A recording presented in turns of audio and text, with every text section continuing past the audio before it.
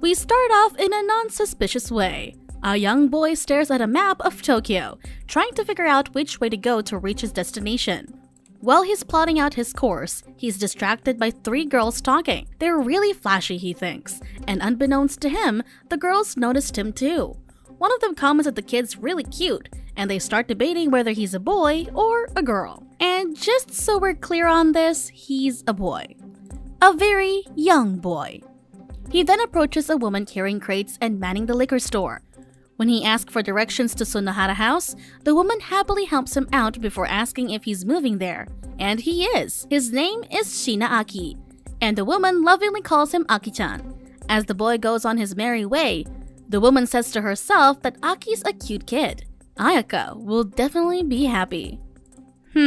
Meanwhile, Aki is thinking about why he's moving to the Sunohara House in the first place. He decided to go to a middle school far away from home to start anew. Because of his androgynous features, he wasn't treated as a guy back home. But now that he's in Tokyo, it's time for him to live like a man. "To my middle school debut!" he shouts, raising a fist in the air. The sunny day then changes to a dark atmosphere with the rain pouring hard. Immediately, Aki is instantly soaked. Not to rain on your parade, Aki, but that's not a very good omen for your middle school debut. Well, I guess now Aki knows that too. The poor kid. When the skies start to clear up, he finally arrives at the Sunohara House. There, he meets the colossal tatas of the house's caretaker, Sunohara Ayaka. She greets him, but little Aki seems to be spacing out, a little flustered too. Since he isn't saying anything, she thinks that he isn't the new tenant. But whatever.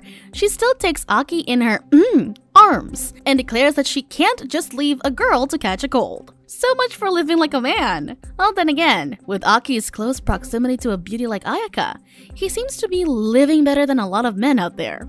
While he sits in the tub, Aki relaxes for approximately 0.5 seconds before freaking out about the situation. He didn't know that there was going to be a pretty lady in the place he will be staying at. And if she's the caretaker, that means they'll be under one roof for 3 years. The boy's almost catatonic at the thought. And to make matters worse, Ayaka makes her bathtub scene debut. She struts in scantily clad and invites herself in to wash his back. The lady mentions that it's tradition for the caretaker to wash the new resident's back, and apparently her grandma's the real caretaker. But since she's hospitalized, it's now Ayaka's job to do it. Now imagine the grandma rubbing their backs every time. Oh, and by the way, the caretaker's still operating under the misconception that Aki is a girl. So she doesn't know why Aki's so worried at the idea of her washing his back. They're both girls, so what's the problem, right? Now, as he's sitting, waiting for his back to be washed, Angel Aki and Demon Aki appear. Demon Aki says that he should just let her wash his back. When else is he gonna experience that? Angel Aki rebuts that he should tell her, since he can only truly become a man by showing that he is one. So instead of arguing, the two Akis agree to work together. So Aki tries to tell Ayaka, but him being a boy doesn't seem to bother Ayaka since, according to her, he's just a kid.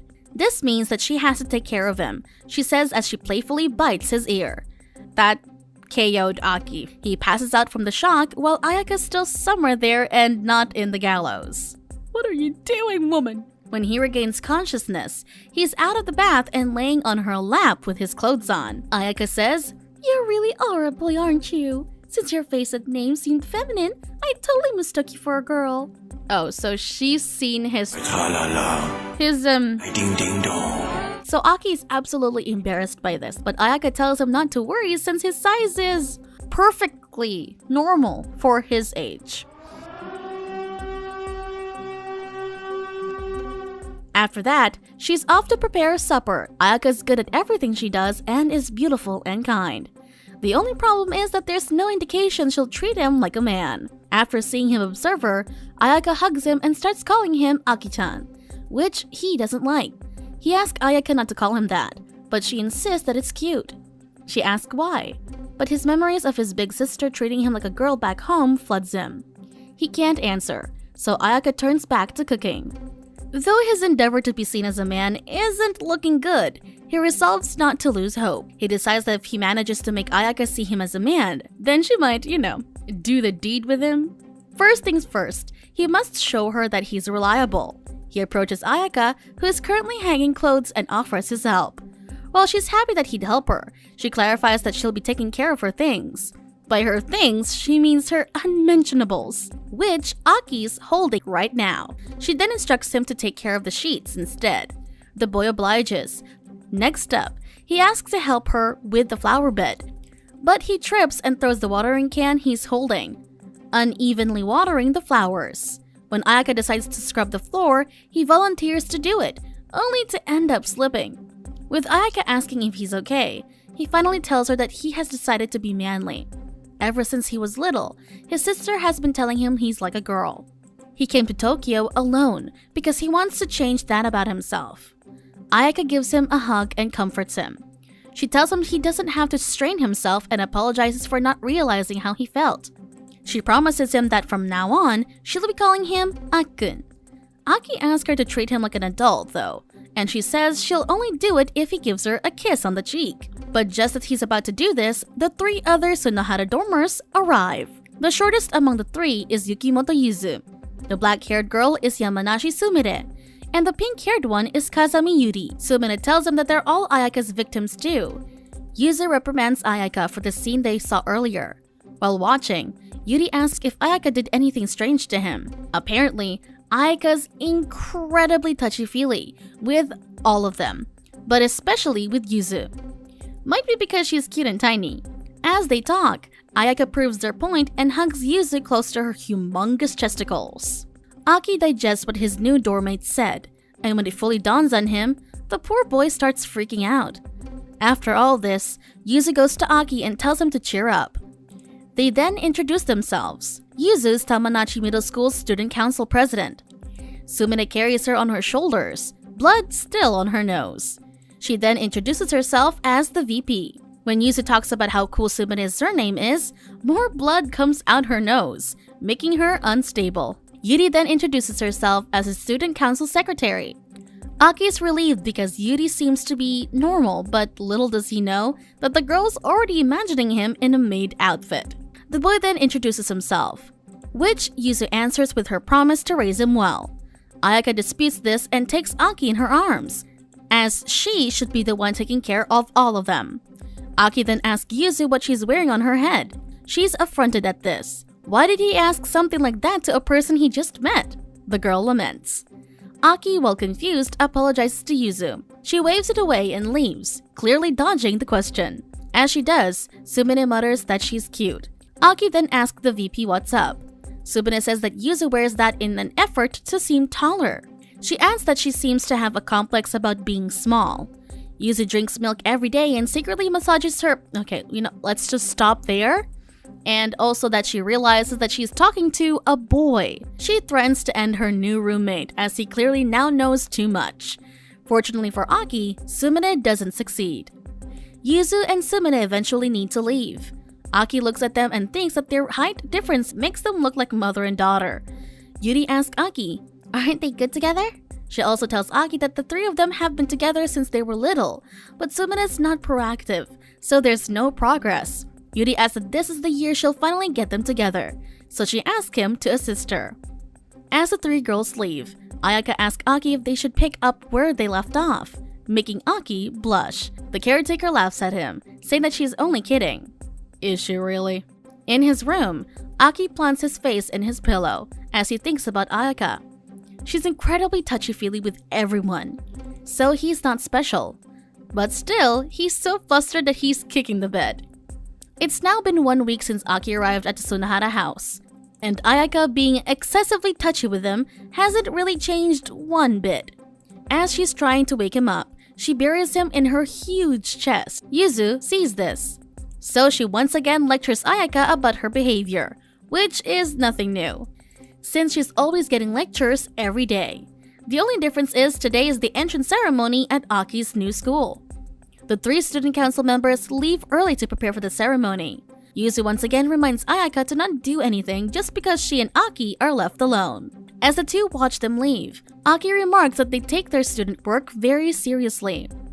Ayaka confirms this and adds that they've made many friends because of the student council. At this, Aki looks down. Ayaka's hug doesn't fluster him, so she becomes a bit worried. He opens up that he just charged ahead with his decision to come to Tokyo. He doesn't know anyone, let alone have any friends in this new and unfamiliar place.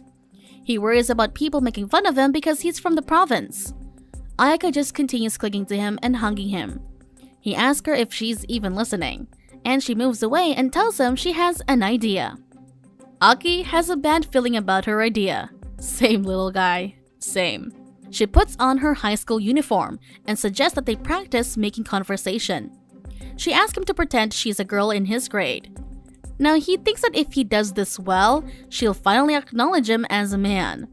All that aside, he handles the pretend conversation well, following Ayaka's lead.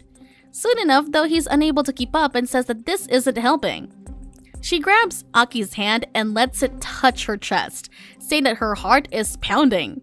He gets flustered over this and asks her what she's doing. She admits that she was kidding about being nervous. I mean, Aki's just a little kid. How could a grown woman get nervous over him? She asks that if he had that much spirit, he should do just fine. Now, Aki's heart is racing, but for a different reason, obviously. Time is flying by so fast, and soon it is time for Aki to leave for school. Ayaka assures him that he'll make lots of friends. That night, Aki shares to Ayaka that he did his self-introduction very nicely, thanks to the practice they did that morning. He didn't get that nervous when he spoke and everyone in his class seemed very nice. She gives him the usual hug where his face gets buried in her chest. She tells him that he can come to her anytime he has a problem. It's now been 1 month since Aki started his new life in Tokyo.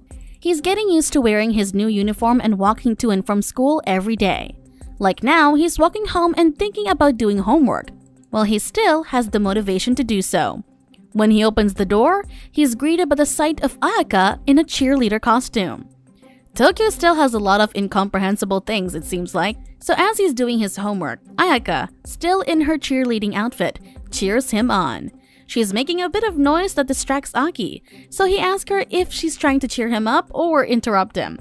And why is she wearing that cheerleading outfit in the first place? The 3 student council members enter Aki's room in a cheer dance formation, with Yuzu at the top, of course. The student council press explains that the first large-scale event since he enrolled is coming up soon. That event is the school field day. That's why Ayaka's in the cheerleading outfit. Events like that need cheerleaders after all. The caretaker shares that the outfit is originally for Sumire, but she didn't want to wear it. The image of Sumire wearing the outfit dazes Aki, which earns a hard pinch from the VP. Aki turns his thoughts to Ayaka. If she's cheering for them, then she's coming to school in that outfit. Oh, lordy. She catches his stare and raises the top part of her outfit a bit, asking him if he's interested. Interested in what's underneath or wearing the outfit himself? I don't know, because Yuzu thankfully cuts that off. Press continues with her explanation of what'll happen. Luckily, everyone on the Sunahara house is on the same team, so it's just natural that they win. And well, Yuzu's pride can't take it if they lose. She'll have Aki join the parent-child 3-legged race with Ayaka. And so, the two of them have their practice for the 3-legged race. First, they warm up by stretching. They then start with the actual practice. Sadly, the two have a significant height difference, so Aki finds it a bit hard to reach Ayaka's shoulder. But he doesn't care because Ayaka's warm and smells nice. They then spend the day practicing for the race, speeding it up as they get the hang of it. And because of the said height difference, Ayaka's chest is right against Aki's cheek. So once they go fast, her mountains bounce a bit and hit him, making him fluster. Their practice ends at dusk, and with Aki huffing and puffing. Our boy's not that athletic, huh? He then observes that Ayaka has unbelievable stamina, and doesn't seem as tired as he is. She asks him to get ready to take a bath. While Aki is taking the bath, Ayaka walks in yet again, causing him to get flustered. She says that his hair has gone long, so she thought she'd cut it for him. Couldn't you just wait after or at least before? Oh well, we're here now. He tells her she could give him a hairstyle that she thinks is nice. She doesn't really change much of his hairstyle, she just trimmed it short, which Aki loved. After this, she shampoos his hair. But then Ayaka started to have too much fun, making different shapes from the shampoo suds. But because she took her time, it started to get cold, so Aki is now in the tub, and Ayaka decides to join him. This, of course, flusters the boy, so he asks what the caretaker is doing. Ayaka says that this is also part of training for the three-legged race. She explains that the more in sync their breathing is, the faster they can go, and to do that, they have to be closer to each other. After that awkward bath, Aki contemplates that every day until field day, they're going to be that close with each other.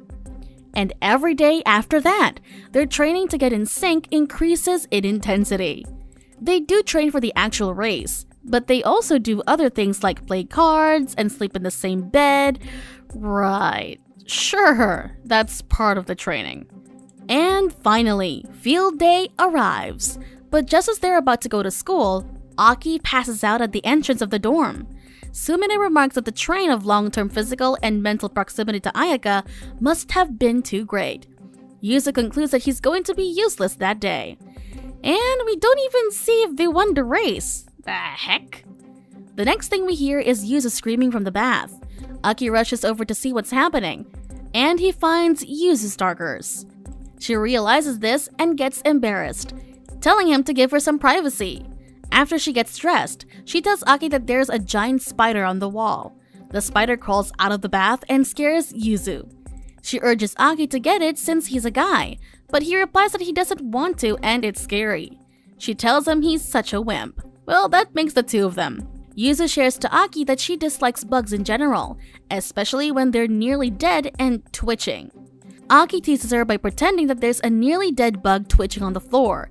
This terrifies the poor Yuzu, and after finding out that he was just joking, she gives him a punch. And at this point, the spider shows itself in front of her, and she shrieks more loudly than ever.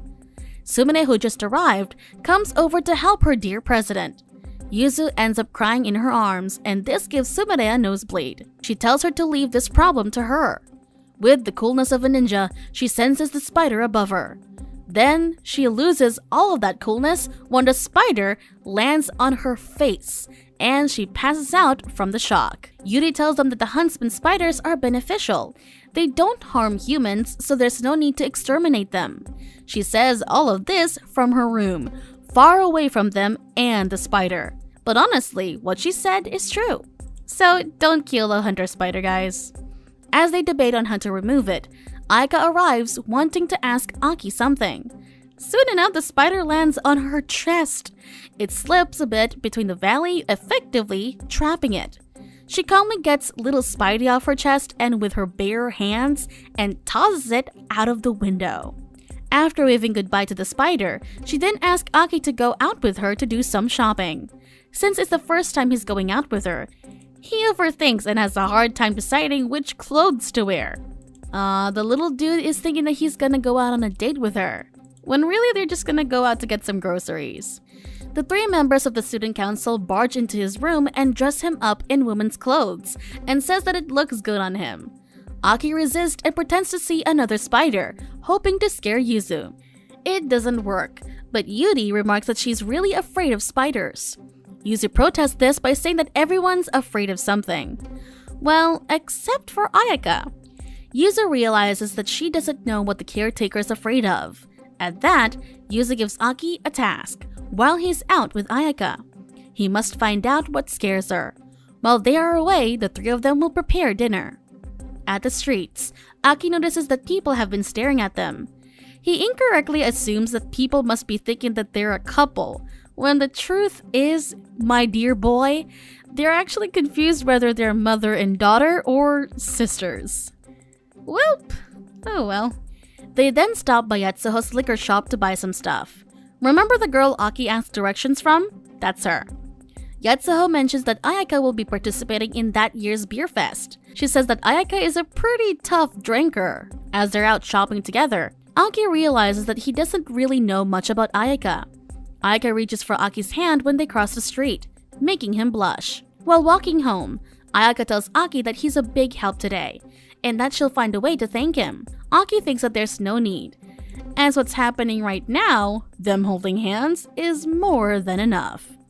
When they arrive at the dorm, he reports to Yuzu that he wasn't able to find out what scares her. Yuzu tells him they're moving on to their special plan.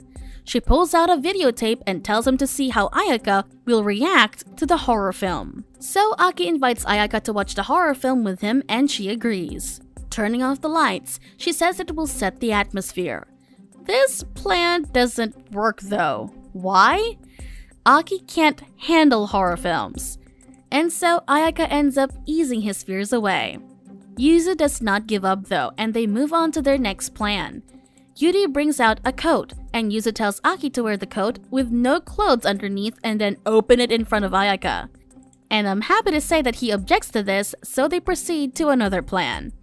As she's thinking of something scary, tears form in Sumire's eyes. She says it would be scary to be separated from Yuzu. What a simp. Yuzu tells Aki that he'll just have to ask Ayaka directly what scares her. The boy says that he doesn't want to keep doing tests on Ayaka, so she asks him if he doesn't want to know her weakness. This leads him to think that if he knew her weakness, he can protect her from whatever it is. Then he can prove himself to be manly in front of her. He excitedly leaves the room to go ask Ayaka what scares her. She realizes that that's the reason why he wanted to watch a horror film all of a sudden. So, she replies that if someone she doesn't know came into her room when she's asleep, that would be scary. Indeed, it would. So then late at night, Aki creeps into Ayaka's room. After stepping into her room, he has second thoughts and decides to leave. She reaches for his hand and he ends up lying beside her. While they're together, she tells him she was putting on a brave face because he got so scared. But the truth is, horror movies scare her too. And she can't fall asleep by herself, so she tells him to take responsibility and sleep beside her. The next morning, Yuzu, Sumire, and Yuri see Aki and Ayaka sleeping next to each other. They're holding hands too. Naturally, Yuzu kicks up a fuss at the sight. One day, while hanging out in Aki's room, Yuzu asks him what he thinks about age differences in relationships. He responds that there's nothing wrong with it in his opinion. Yuzu says, "But wouldn't a teacher and a student be too far apart?"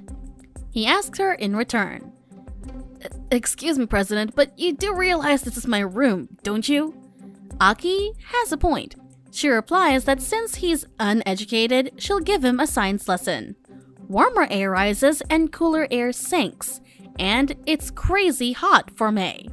Their rooms are on the second floor, and his is on the first. So, you kinda get it now. He asks her why don't she just go to the kitchen or the living room, but then it sinks in for him that they're alone in his room now. While sneaking glances at her. Well, sneaking is a generous term since Yuzu catches him staring. She wonders why, and mistakenly assumes that he must be interested in the shoujo manga she's reading. So the press asks, well, more like commands him, to sit next to her so they can read it together. He complies, but far away from her. So how would they read it then? She makes him go closer, but eventually her arms get tired from the angle, so she sits in between his legs. This way, her arms won't get tired. He can just find a way to see the manga. Yuzu's head is in the way though, so Aki is having a hard time reading. In the manga, a scene where the guy hugs the girl from behind makes Yuzu all flustered and blushing. She's surprisingly innocent, getting all red from these kind of things. Meanwhile, Aki wonders why she stopped reading. So he asks her if she still isn't ready to move on. The problem is, he basically whispered in her ear, so she freaks out even more. Yuzu realizes she and Aki are in the same position as the two characters from the manga. She asks herself if it looks like she's enticing him like in the manga. Still, she tries to push to move the page, but it seems like she is frozen. Impatient, Aki does it himself, which increases their points of contact. Yuzu can't bear it and has to exit the battle early. She tells him not to get any ideas, goes out of Aki's room, and runs away as fast as her legs could take her. Ayaka meets her as she's on the way to give Aki some cookies she baked. She asks Aki what happened, and he replies he has no idea. They were just reading manga, and then she decided to bolt. Aika decides that they should recreate the situation together, and maybe they'll understand how she felt.